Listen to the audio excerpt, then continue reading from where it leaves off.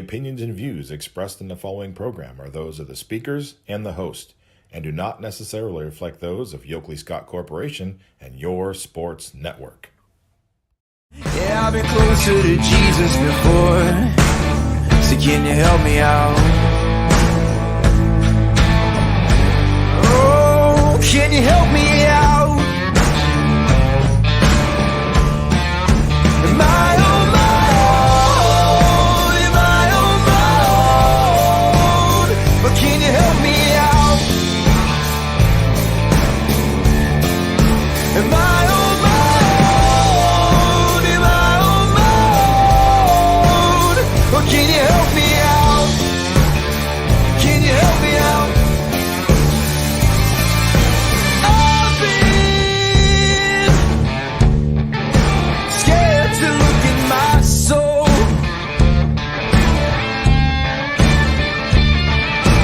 I've been afraid I would follow the road. Yeah, afraid of the things I've been told. And what is up, everybody? Welcome inside a Tuesday episode of Running Point on ysnlive.com, brought to you by our good friends, Greenwood Chevrolet in Austintown. As always, in the top right-hand corner of the screen right there, they go the extra mile for you so you don't have to. We want to thank them every day for their wonderful support and sponsorship of Running Point and everything that we do at YSN. We could not do everything that we do as a company without great sponsors like Greenwood Chevrolet. There would be no player profiles. There'd be no coaches' corners. There'd be no live broadcasts. There would be no lights on in the office. There would be nothing to do without the sponsors that we do have. And Greenwood Chevrolet is one of them. And we thank them for their belief in what Running Point can be. We always take time to thank Greenwood Chevrolet every day on Running Point. So thank you again to Greenwood. If you're in the market for a new used vehicle, make sure to check them out. They'll go the extra mile for you and get you situated in the best way they possibly can. We have a good show for you today. We're going to talk about a little bit that's going on. We're going to actually first jump into a softball team that I forgot to talk about yesterday. We have Austintown's 12U in Little League regionals trying to get to the World Series, but we also have a junior league team that is going to be in the World Series. They won their Central Regional tournament over the weekend. They punched their ticket to the World Series. And this is a 14U team with players that range from Poland, Boardman, Canfield, Struthers. They're all going to be together on one team, and they all played really well in the Central Regional tournament. They won over Indiana, their state champions, 15-1 to get the championship in the Central Regional. And when you look at the way this kind of went down, not only did they score a lot and have a lot of good offense with the 15 runs, but pitching from Gia Vrona, who is a name that we've heard a lot in this run that this Steel Valley All-Star team has had. She pitched phenomenally, went 5 innings, gave up no hits, pretty much a no-hitter. 13 strikeouts, walked just one batter. What a great day for her. And then backing her up and making sure that she didn't need to be that good was her offense. I mean, check this out for the Steel Valley All-Stars. They had 15 hits combined. 11 different players had a hit. So you had a lot of breakdown. You had Mackenzie Moore have a hit in a grand slam and 5 RBIs. I mean, what a day, right? When you get 5 ribbies and a grand slam, that's you can't really beat that. Kit Testa and Milena Molenkoff, as well as Justice Paris and Ali Blinsky, all had multiple hits. Testa had 2 doubles and 3 RBI. You have Blinsky, which added 2 RBI. Paris and Molenkoff and Emma Bocherry each had a run batted in as well. So the offense was definitely going on all cylinders for the Steel Valley All-Star team. Those are some names that we have heard. We've covered Little League for a long time. So these are names that we heard a couple of years ago in the 12U and the 10U. So we're definitely familiar with these names and these faces, and not shocked at all that they keep progressing. And I think these high school softball communities are pretty excited about the future. I mean, here's a shocker. I know it's a news flash, but there's a lot of softball talent in Northeast Ohio. If you haven't heard, if you've been living under a rock for the last couple of years on what our high school teams are doing, they're not going away. These programs are not going away. That is evident with what we've seen from Austintown and their little league program, what we're seeing from the Steel Valley All-Stars. We have senior league players that are still playing in the World Series as well. They're there. So you're seeing just nothing but talent ooze out of the tri-county, you could even call it, this Northeast Ohio region, because there's a lot of talent just outside of the Ysn family, but in our region as well.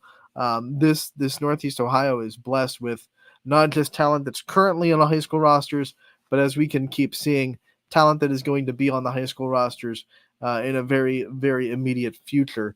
And that's just exciting, right? That's just exciting. You get to check out these girls. They start their World Series run on July 28th. They'll be through August 3rd. They open up against now hold your breath, because this is kind of a mouthful, the Europe, Africa, Prague, Czech Republic combined team is who they're going to play on Sunday, July 28th at 4:30 Eastern time. So that's who the Steel Valley All-Stars 14U have in front of them, and they're going to try to win a World Series title, bring it back home to Youngstown. But congratulations on that team. Congratulations to the senior team as well that is going on to start their World Series today, I believe at 4 o'clock on ESPN+, and then Austintown will be back in action tonight at 7 o'clock. That's going to be the winner's bracket semifinal. So remember, we talked about this yesterday. Austintown, 3 wins away if they win consecutively, 3 wins in a row away, I guess I should say, from a Central Regional Championship. They could be 4 wins if they lose along the way, but 3 consecutive wins in a row would get them a regional championship and a ticket to the Little League World Series for the second year in a row. So a lot going on in the softball world still, even though it feels like we've hung up the cleats and we feel like travel ball season is mostly done, especially for the older divisions.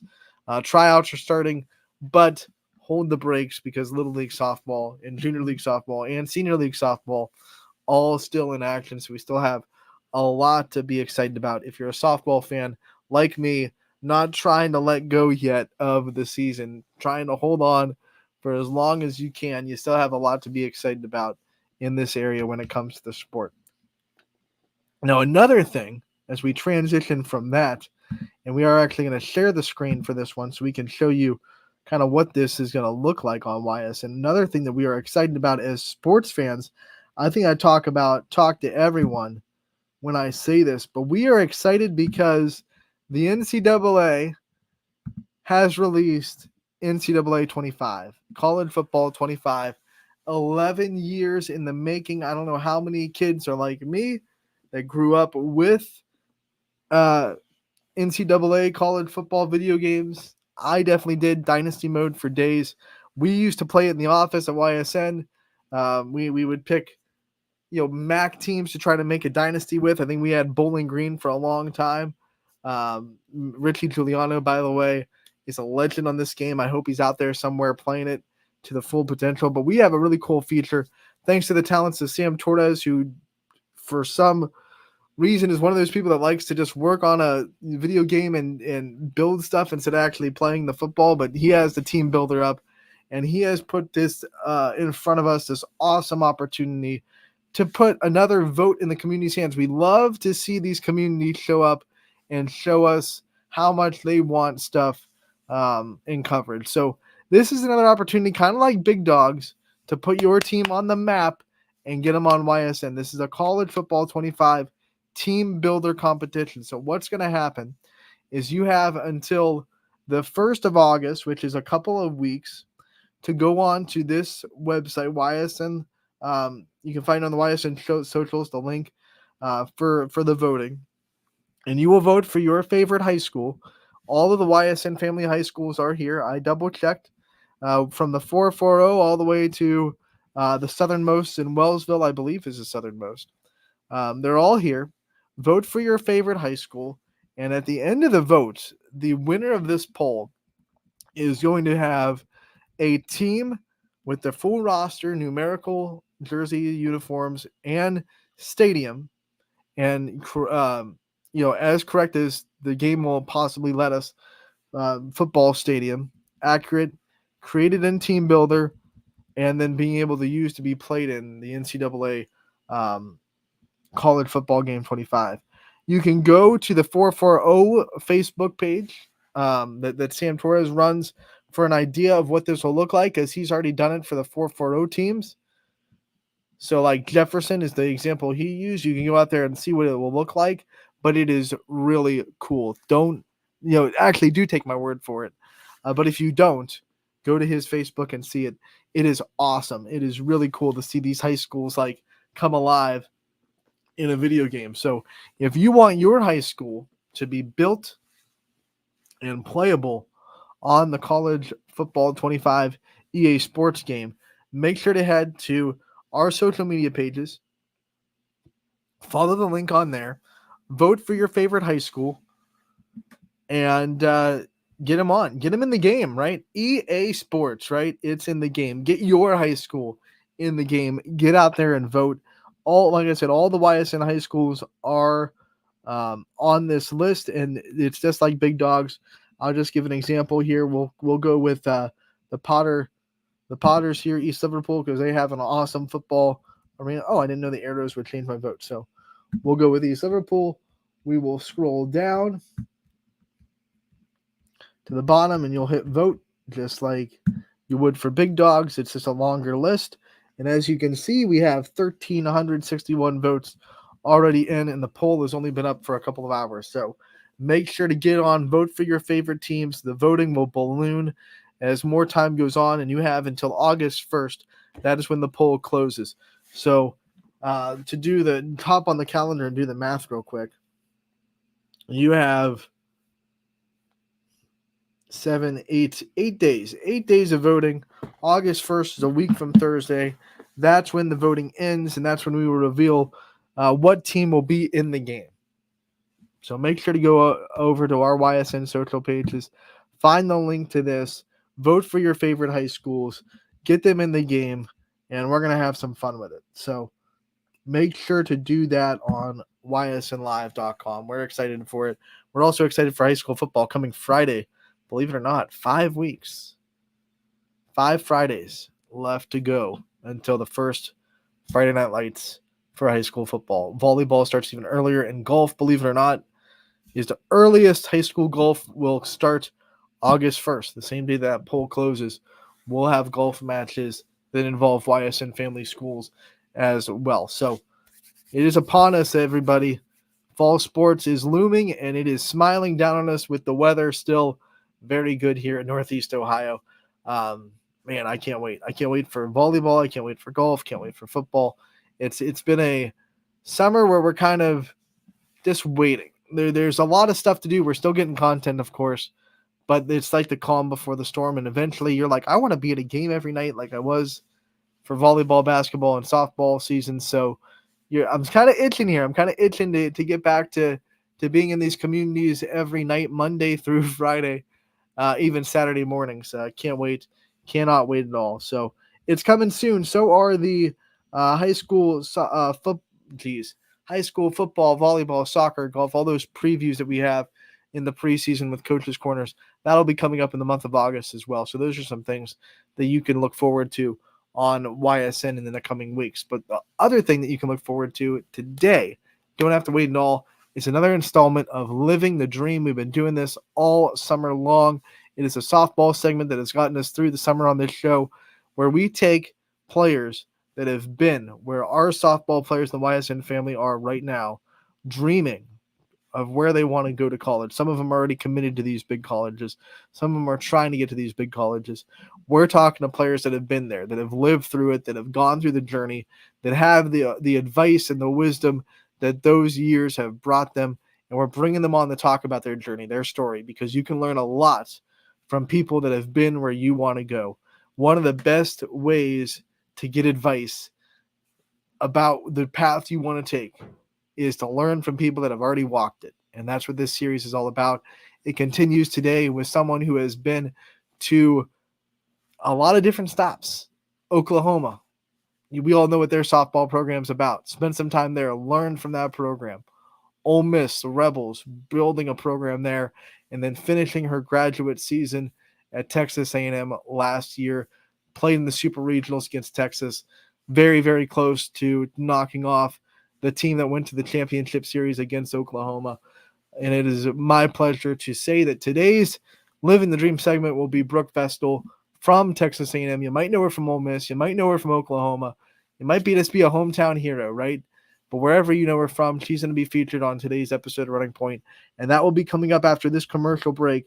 Don't go anywhere. Another Living the Dream segment next on Running Point, brought to you by Greenwood Chevrolet in Austintown.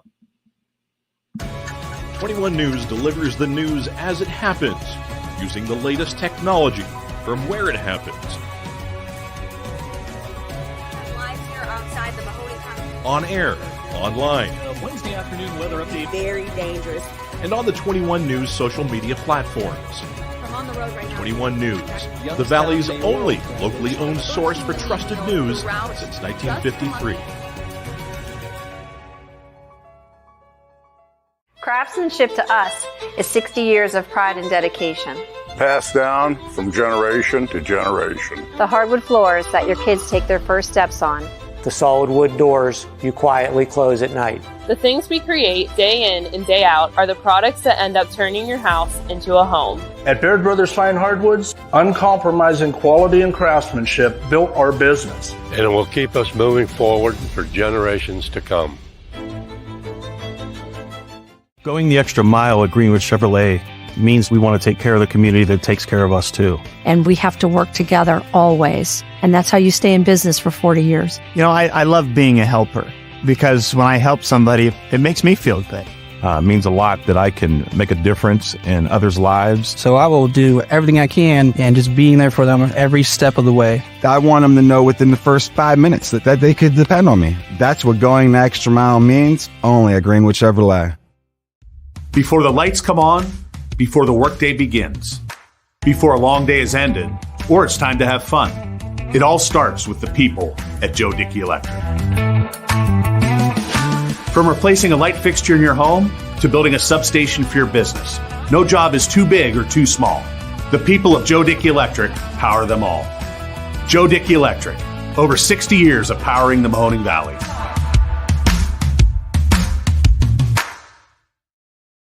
Welcome back to Running Point on ysnlive.com, brought to you by our good friends over at Greenwood Chevrolet in Austintown. Anthony Hartwig with you. We appreciate you tuning in so much today. And as promised before that commercial break, we have a very special Living the Dream segment today. We venture into the state of Texas for Texas A&M, and you might know her as well from Ole Miss or maybe Oklahoma or maybe just a hometown hero as well. Wherever you're tuning in from, wherever you're watching this interview from and supporting Brooke Vestal, we are so happy that she is a part of this segment, and we will play this interview now. I hope you guys have as much fun listening to it as I had talking to her and letting her share her story. So without further ado, here is Brooke Vestal.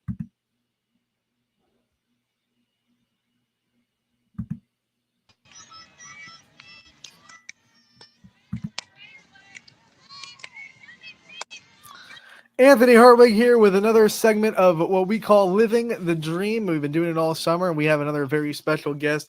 You might know her from Texas A&M. You might know her from Ole Miss, or she might be a hometown hero for you. But wherever you know her from, Brooke Vestal joins us today.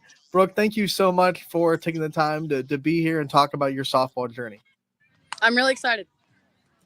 So I want to start from the beginning before we talk about all the exciting things that you've been able to do as a college softball player. Let's start from just when you picked up the sport and when you found yourself kind of falling in love with this sport of softball.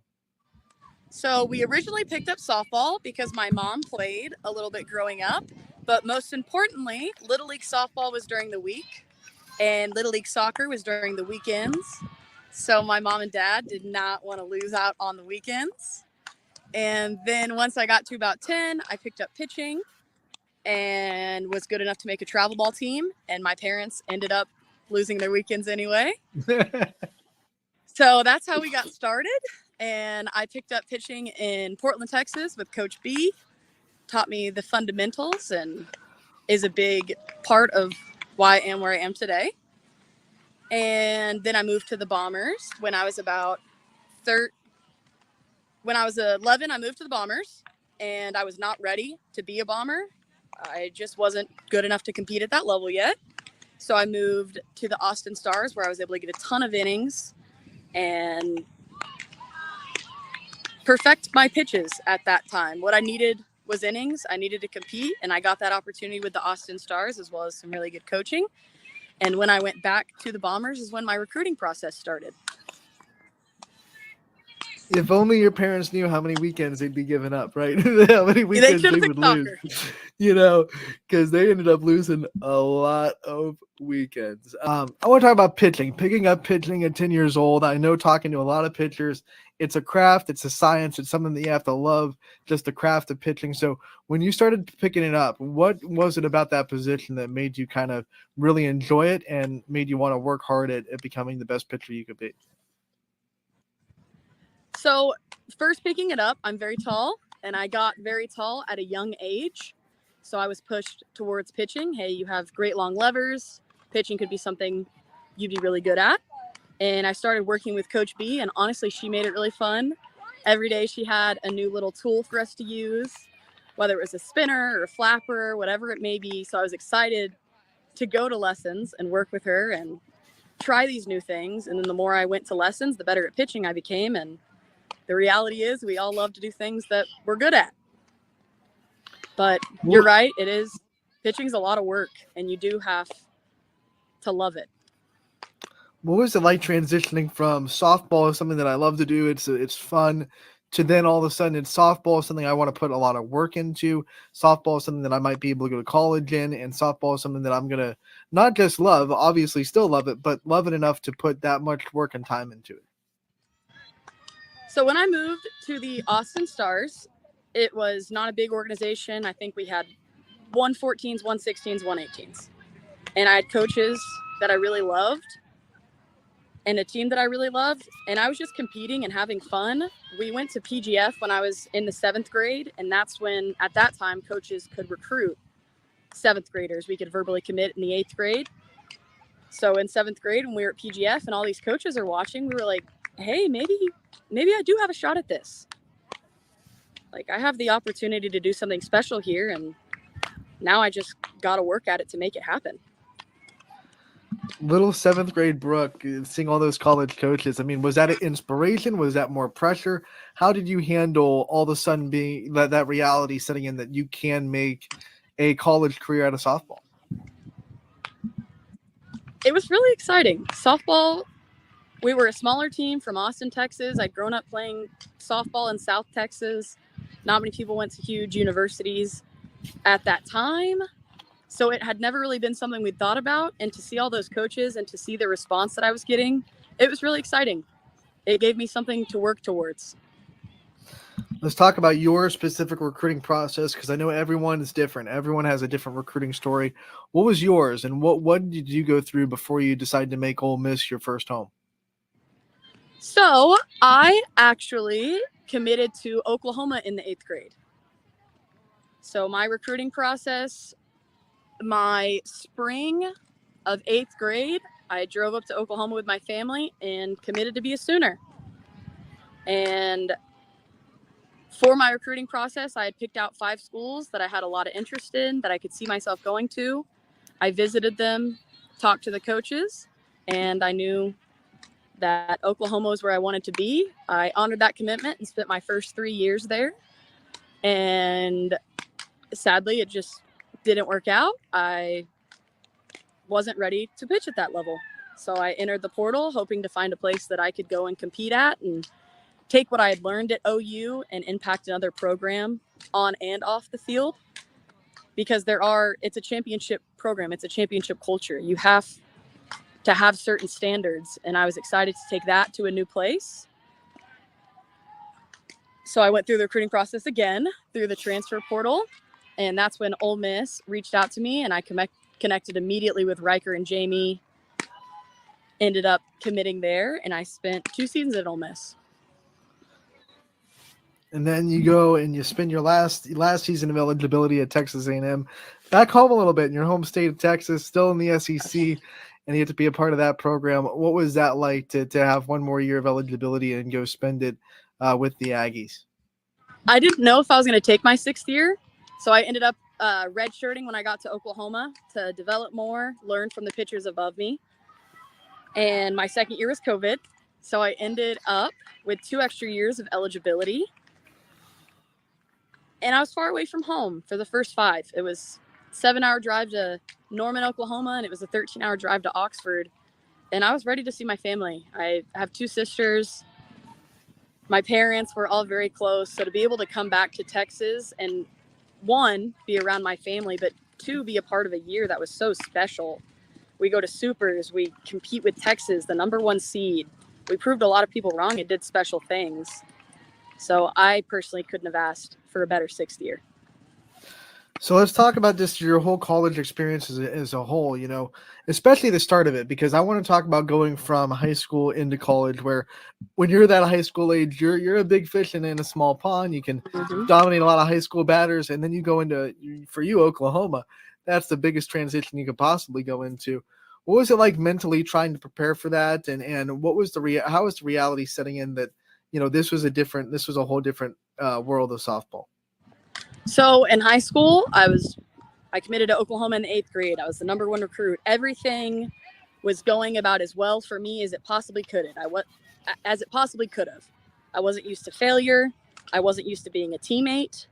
I was used to being on the mound and striking people out. And I thought I was going to Oklahoma to be a 4-time American. I was going to lead us to a national championship, and I wasn't ready. And that was hard to admit, that I wasn't ready. It was hard to walk into Coach Gasso's office and say, I think I need to redshirt. I'm not ready to help our team, and I know there's a lot that I need to learn, and I need to get better before I can contribute to this program. That was hard, to look at yourself and realize that you aren't as good as you think. And that's hard. Like, you've been, exactly like you said, you're a big fish in a little pond for so long, and that transition's hard. And you're also leaving the people that you're closest to, your friends, your family, your old teammates, your support system. You're going into a new situation that's already scary, and you don't have the people that are usually there for you to lean on. And I think that makes it really hard. And then you add softball into it, and going into a program like Oklahoma, where their standard is so high and there's a lot expected out of you, I think that redshirting was the best thing that I could have done for myself personally, because I was humbled. I was forced to be a teammate. I charted, I picked pitches. I learned how to contribute without ever stepping on the field. I know there are players out there that wouldn't be able to be that self-reflective, and instead of doing what you did and have the conversation with Coach Gasso and, like you said, learning how to be a teammate, they might just have like a mental breakdown, just, you know, decide that softball's not for them. Maybe they gas out. Maybe they go to a really smaller college and just kind of spend their time there where they know they can dominate. What was it for you? Maybe it was your upbringing. Maybe it was the coaches in the past. What made you so ready to be kind of self-evaluating and be able to have that conversation and say, like, hey, I'm just not ready and I want to get ready? I'm really lucky with my support system. My dad actually played football at Baylor, and he had a very similar situation. He was the best quarterback coming out of Texas, commits to Baylor, gets there, and he did not earn a spot in his time there. And for him to have lived that, as terrible as it is, he was able to help me through my experience as well. So what he went through, he was able to communicate with me and be like, look, at the end of the day, if you can say that you worked as hard as you could and you learned and you grew, this experience is a win. But if you go into this situation and shut down or quit, not try very hard, you're going to regret it for the rest of your life. And like you said, that's a championship locker room with a lot of championship mindsets that's instilled from you from as soon as you step into the dugout. When you went from Oklahoma to Ole Miss, how much did you see that championship mindset that you had coming from Oklahoma kind of affect their program and to be able to, like you said, impact the Ole Miss locker room and the impact the Ole Miss kind of mindset they were trying to establish there? I think that, so in my red shirt, I got really lucky. Sydney Romero, Shay Knighton, Folly of You, Kylie Lundberg, we're all seniors. My first year at Oklahoma. Those are some of the best who have ever played our sport. Some of the best leaders, some of the best players. And I got to sit and watch how they led. And I got to learn from them. And Kylie Lundberg is not a name that you will hear very often from Oklahoma softball. But what you don't know is that Kylie Lundberg was picking pitches. Other opposing coaches hated her. She knew when bunts were coming, change-ups, and to see that, I was like, okay, Kylie is who I want to be like.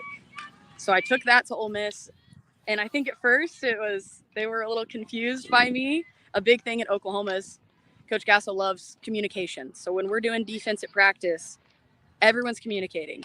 Hey, plays at 2, I got you here. There's constant chatter. And I got to Ole Miss, and I'm in the dugout constantly chattering. Everyone's like, what is this girl doing? Shut up over there. And then slowly more people started joining. And before you know it, we're cheering, having a good time, communicating with the pitchers. I think it's important for pitchers to be involved in the team because we are so separated. It's 2 different jobs. So it's important to me to be around the team as much as you can at practice. And most of the time that's moving buckets, that's shagging balls. So at first I got to Ole Miss and started doing these things, and slowly but surely the other pitchers were joining me as well. And it was just little things like that. I was like, okay, whether I pitch or not, I am helping this program. And my last year at Ole Miss, I was actually voted to Leadership Council, which was really exciting, just to know that what I was doing was paying off and it was impacting our team and appreciated. I want to talk about the relationships that you built with the other pitchers at these places you were at, because when I watch college softball, I love watching the pitching staffs because they become such a close-knit group. Like you said, a little bit separated from the team. So those are the people that you spend the most time with are your fellow pitchers. What was it like being able to do that with 3 separate programs and 3 separate staffs and to be able to build relationships with so many people? It was really cool. Pitching's hard. One person pitches at a time. There's 5 to 8 of us on a team and only one pitches. And when you're a part of a staff that really buys in and buys into your team, buys into each other and the success of the group rather than the success of yourself, it's really special. And I think that we created that this year at A&M. We were super close, group chat, we'd have bowling nights. So it was a really special experience all of my years, but especially this past one. We were a small staff of 4, and it was us against the world. No matter who was on the mound, we celebrated each other's successes like they were our own.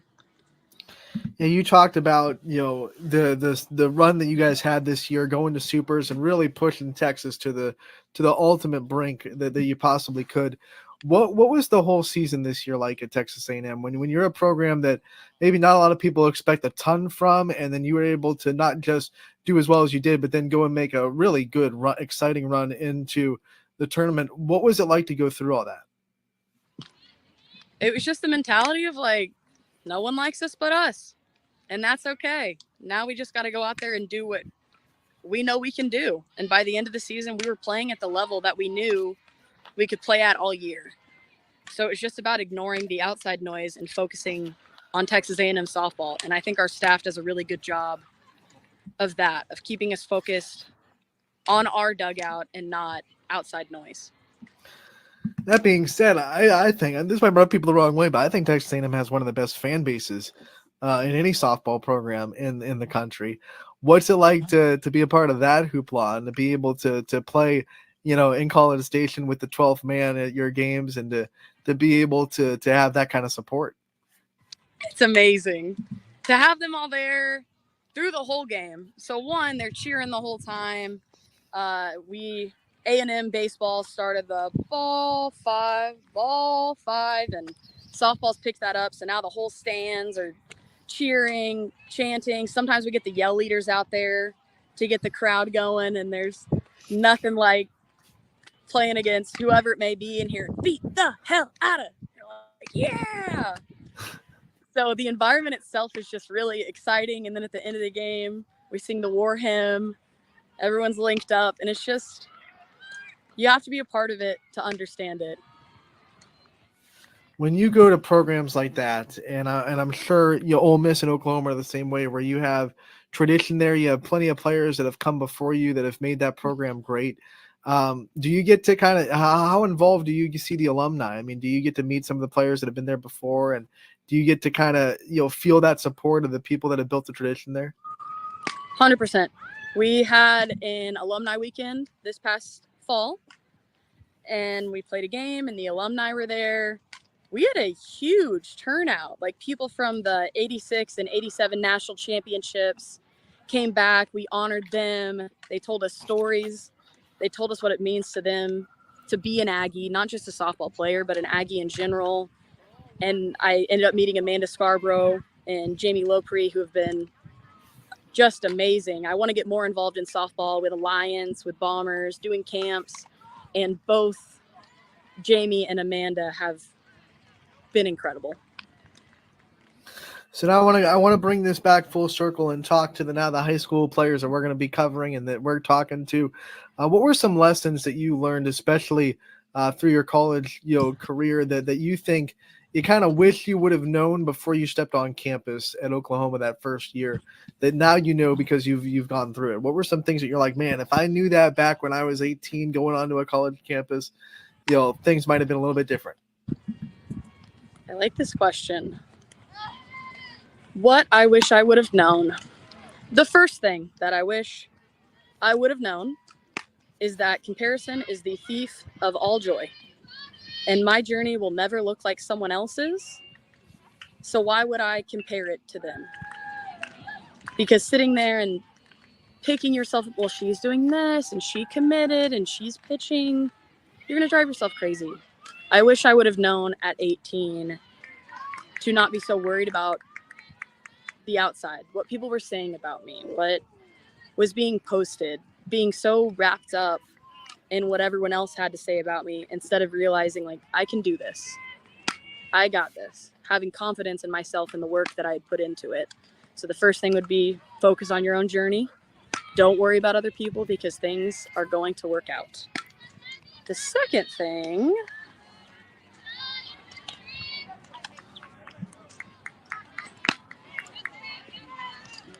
I just think the last 6 years being a teammate to me was so important, and building relationships with my teammates.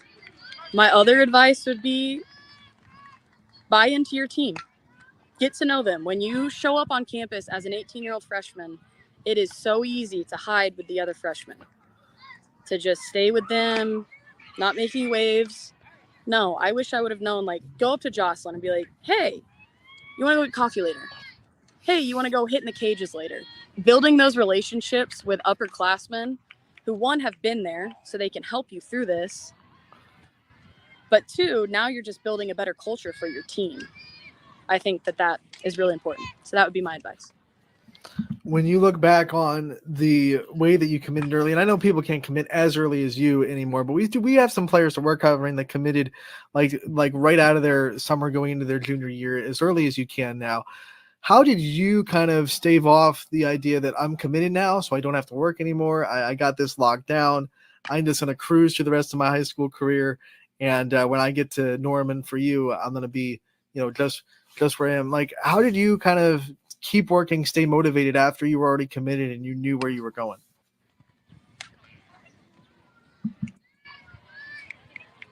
When you watch that program play and you see them in super regionals and the World Series and winning the World Series, and you hear the interviews, you want to be there. You want to get there and compete and help the team in any way that you can.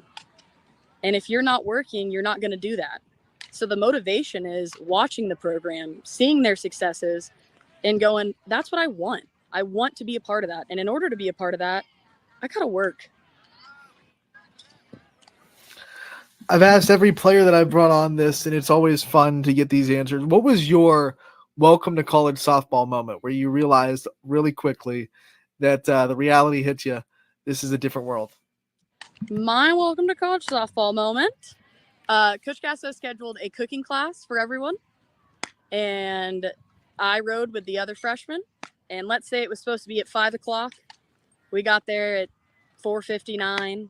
Everyone's already seated. We are the last people there. All eyes whip to the door, and my heart just sinks. And I think that's the end of it. And then the next day, I threw a great bullpen. I'm excited. And Coach Gasso said, hey, all the freshmen are going to take these rags and wipe down the pads along the stadium. I was like, oh my goodness, I've already made Coach Gasso mad. We were late, but we weren't late. So I figured out right then and there, on time's late. And that was the moment for me that I realized, okay, this is real now. All right, so before we let you go, one of the things that I want to do at the end of these is just like the final advice that you give to youth softball players. I know you're working with them, you want to keep working with them. What are some things that you tell them to keep doing to try to achieve their dreams and to make their dreams a reality? I would say that at this age, when you're getting recruited, you're about 16, 17. And at that age, everyone can throw and catch and hit and run. You're starting to figure the game out. What sets you apart from the others? Are you a great communicator? Do you get your bunts down? Do you miss signs? There are things that you can do to set yourself apart that have nothing to do with how many home runs that you hit. How do you control the field? How do you communicate with your teammates? What do you like as a person? How are you going to set yourself apart at this stage in the game? And understanding what you are really good at. Not trying to be someone else. What you're good at, buying into that, and accepting your role. One of the things we also always do with these player interviews, no matter what level we're interviewing, we always want to give the athlete the chance to take the limelight off themselves a little bit and shine it on the people that have got them to where they are. And I know your village is really big, and I'm sure you've had a lot of people get you to where you are. So I want to give you as much time as you need to talk about the people that got you there and talk about your support system and give them the flowers, the limelight, and the shout outs that they deserve. You're right. There are a ton of people. Obviously my family has done so much for me. Like I mentioned, my dad earlier has helped me through this process, has been there every step of the way. My mom, same thing, is always there when I need her. So many coaches, lots of coaches out there. Tony Rico, Riker Chasen, Placido. All of my coaches have played a part, but I think my thank you right now is to my 16-year team because they've just reinvigorated how I feel about this game, and helping them achieve their dreams is very special to me. So I just want to say thank you to them for reigniting my love for this. Brooke, we want to say thank you so much for taking the time to join us and getting your story out there, your journey out there. We know that players that hear it are going to be inspired by it and take your advice. And we want to thank you for helping the next generation of softball players. Wish you the best of luck in whatever your future endeavors are, whatever you're going to do. I know it's going to be great. Once again, we thank you for your time, and we look forward to talking to you real soon. Thank you. Have a great day. That was Brooke Vestal, who has had a great journey and shared every part of it. And one of the things I liked about that conversation, well, there were a lot of things, but the one that stuck out to me that I don't think has been hit on yet in our player interviews that we've done so far, is the ability that she had to be self-reflective when she stepped on the campus and be like, you know what, I'm probably just not ready right now for this level of softball. And to be able, and she said, to be able to tell yourself that, look in the mirror and be honest with yourself. I need more development. I need to grow more before I can step on the field and help this team. That's not easy to do at 18 years old, especially when you have been the big fish in a small pond, as we talked about in that interview. You've been striking out people. You've been so dominant in high school. There's been no one that can really challenge you.